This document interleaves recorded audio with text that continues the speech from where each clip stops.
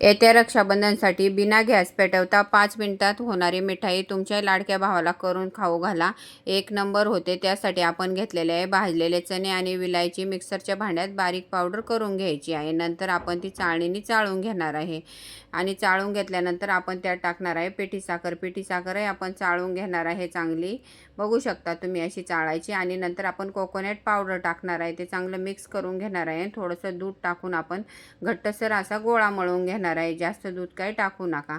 नंतर घट्टसर झालेला गोळा आपण बटर पेपरवर थोडंसं खोबरं कोकोनटचं टाकून त्यानंतर तो गोळा त्यावर ठेवून बटर पेपरवर असा रोल करून घेणार आहे आणि फ्रीजमध्ये आपण 2 तासासाठी ठेवून देणार आहे. आणि मस्त अशी बर्फी आपली खाण्यासाठी रेडी होते. तुम्ही करून बघा आणि व्हिडिओ थोडा जरी आवडला असेल ना तर जाता लाईक करा. आपला व्हिडिओ हा कुठून बघताय तेही सांगा आणि अशा व्यवस्थित वड्या कट करून घ्यायच्या. थँक्यू.